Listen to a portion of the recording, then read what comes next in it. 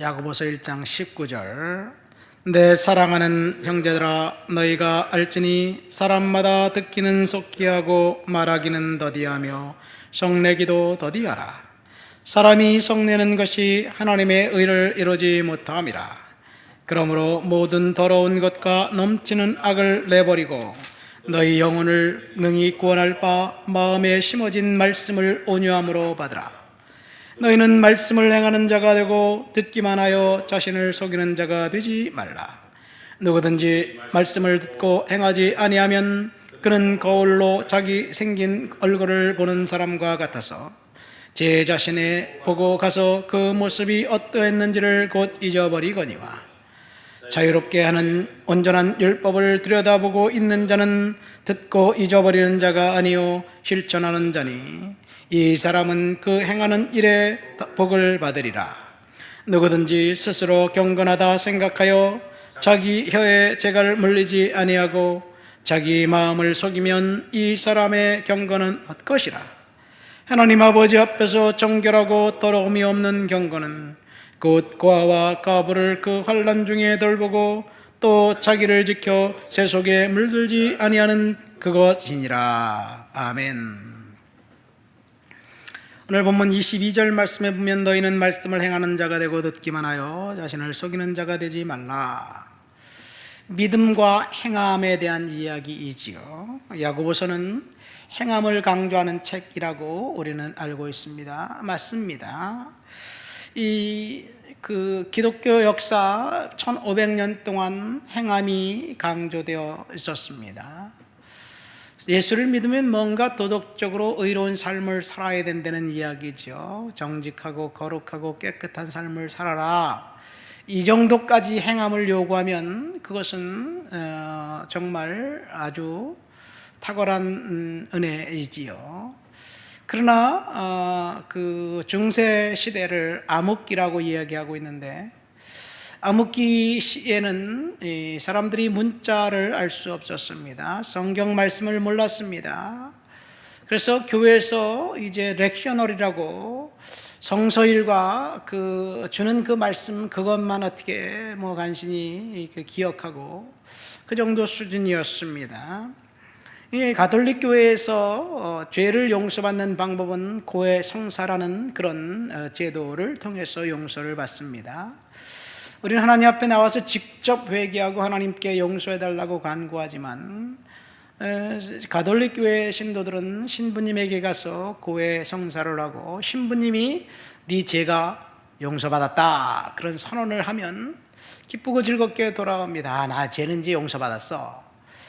그런데 조금 좀 하나님 앞에 경건하게 살려고 하는 사람은 신부님이 네 죄가 용서받았다 그렇게 선언을 해줘도 양심의 가책을 지울 수가 없어요. 그래서 뭔가를 해야 된다고 생각을 합니다.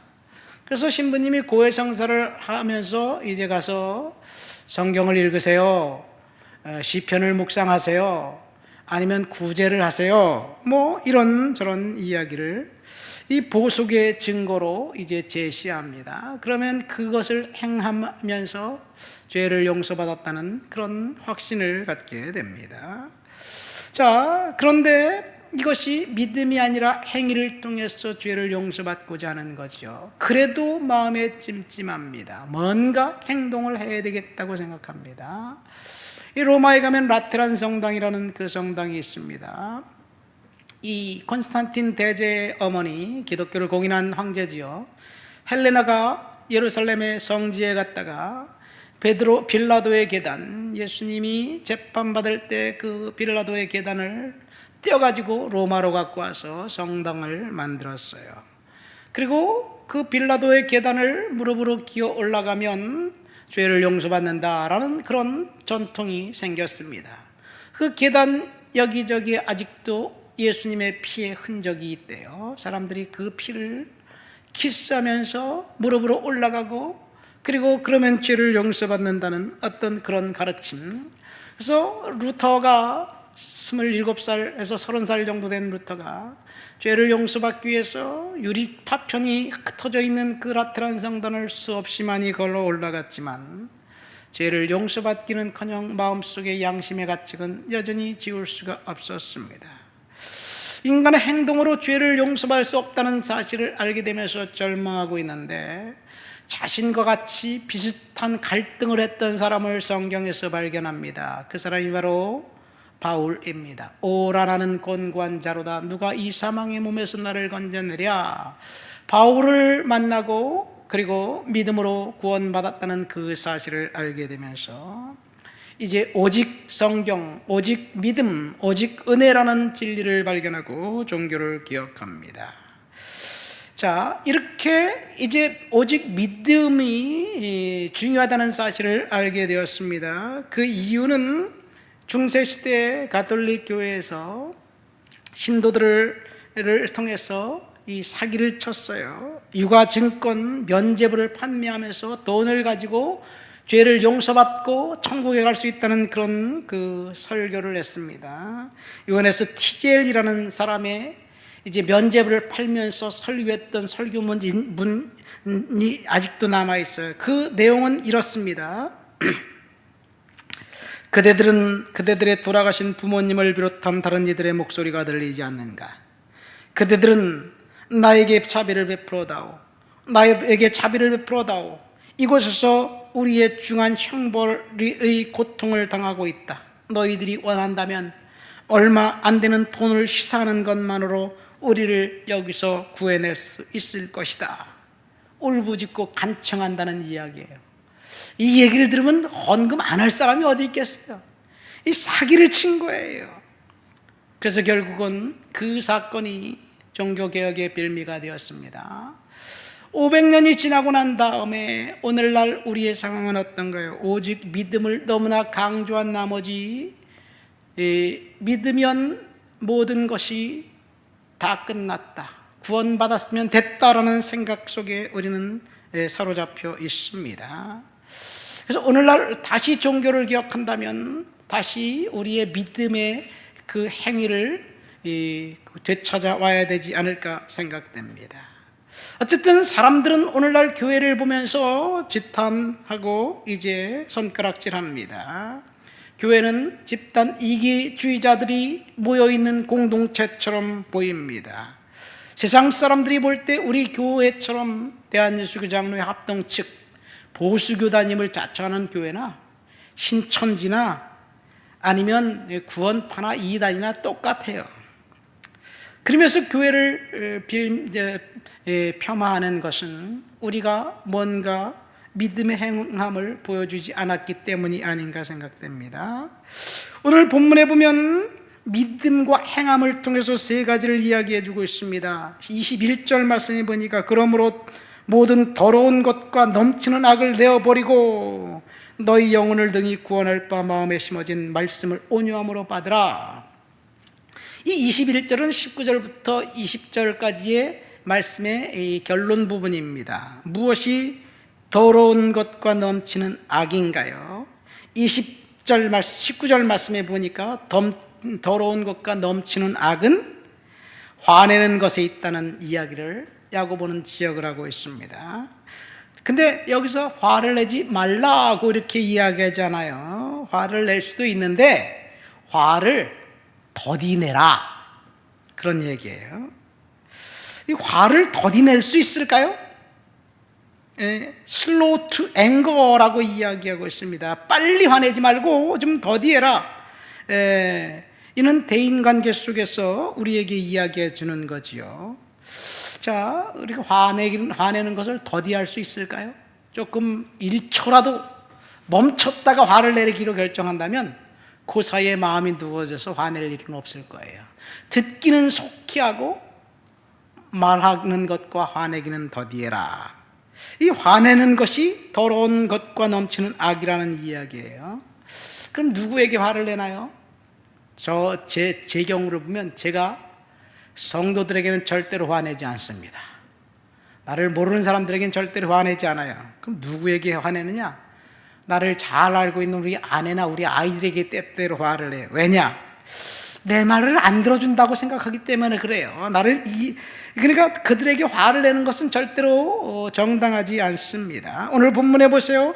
듣기는 빨리하고 말하기는 더디하고 화내기도 더디하라, 그렇게 얘기하는데 우리는 반대로 합니다. 듣기는 빨리 하는 게 아니라 아예 듣지 않습니다. 귀를 막습니다. 그렇죠. 말하기는 어떻게 합니까? 더디하는 게 아니라 내가 먼저 말해버리지요. 어쨌든 화내지 말라고 하지 않고 화를 더디하라라고 이야기한 것에 대해서 감사해야 될 줄 믿습니다. 이 성경에 보면 분노에 대해서 13군데의 성경 구절이 있어요.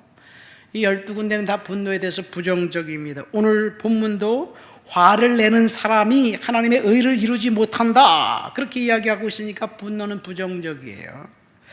그러나 이제 에베소에 보면 분노에 대해서 약간 긍정적인 이야기를 하는 구절이 하나 있어요. 분을 내어도 죄를 짓지 말며 해가 지도록 분을 품지 말고 마귀에게 틈을 주지 말라. 분을 내도 괜찮다, 화내도 괜찮다. 그러나 화를 내고 난 다음에 해가 지도록 분노를 계속해서 품지 말아라. 화를 내고 난 다음에 그 즉시 풀어라. 하루가 가기 전에 풀어라는 이야기예요. 여러분, 이것이 우리들에게 은혜가 됩니다. 그런데 우리가 문제는 화를 내고 그 다음 날까지 그것을 간직하고 있는 것이 문제예요. 이 부부 사이에 왜 이혼하고 싸웁니까? 싸울 수도 있죠. 그러면 해가 지기 전에 잘못했어, 이렇게 화해하고 풀어야 되는데 해가 지고 그 다음 날도 꽁해서 말을 하지 않는 거예요. 끝까지 말을 하지 않으면 결국은 사소한 것이 큰 분쟁으로 되고 있다는 이야기예요. 그래서 중요한 것은 우리는 분노를 더디하라는 이 말씀을 경청해야 될 줄 믿습니다. 오늘 믿음과 행함의 두 번째는 이 22절부터 25절 말씀 가운데 있는데, 그것은 무엇을 이야기하느냐? 말씀을 들었으면 들은 말씀을 순종해라. 말씀을 듣고 순종하는 사람들이 복받는다라는 이야기지요. 세 번째는 26절, 27절에 있는데 경건하다고 생각하는 사람들, 경건에 대한 이야기를 합니다. 여러분, 경건은 D.L. 무디 박사님이 그랬어요. 경건은 아무도 보지 않을 때 당신의 모습이다 라고 이야기했어요. 그렇죠. 제가 목사인데 사람들이 볼 때는 목사니까 거룩하게 행동하려고 그래요. 혼자 있으면 다 풀어지는 거예요. 혼자 있으면 옷도 벗고 훌렁훌렁 아무렇게나 막 사는 거예요. 하나님 앞에서 살아야 된다는 이야기를 하고 있습니다. 여기 오늘 본문에 보면 경건은 고아와 과부를 돌보고 환난 당한 자를 돌본다는 것을 이야기합니다. 고아와 과부는 사회적 약자들을 돌보는 것, 사회적 책임이 있다는 것을 이야기하기도 합니다. 경건은 뭡니까? 거룩은 뭡니까? 두려움이에요. 무엇을 두려워해야 되느냐? 죄를 두려워하고 하나님을 두려워하는 것, 이것이 경건이라는 이야기예요. 자, 우리는 하나님 앞에서 경건하고 거룩한 삶, 믿음과 행위를 갖고 주님 앞에 순종하는 삶을 살아야 될 줄 믿습니다. 하나님 아버지, 감사합니다. 오늘 야고보 말씀을 통해서 믿음과 행위에 대해서 생각해 보면서 은혜를 나눴습니다. 하나님, 들은 말씀 순종하도록 도와주시옵소서. 경건은 하나님 앞에 거룩한 삶인데 하나님 죄를 두려워하고 하나님을 두려워하도록 그런 삶을 살아갈 수 있도록 도와주옵소서. 예수님의 이름으로 기도합니다. 아멘.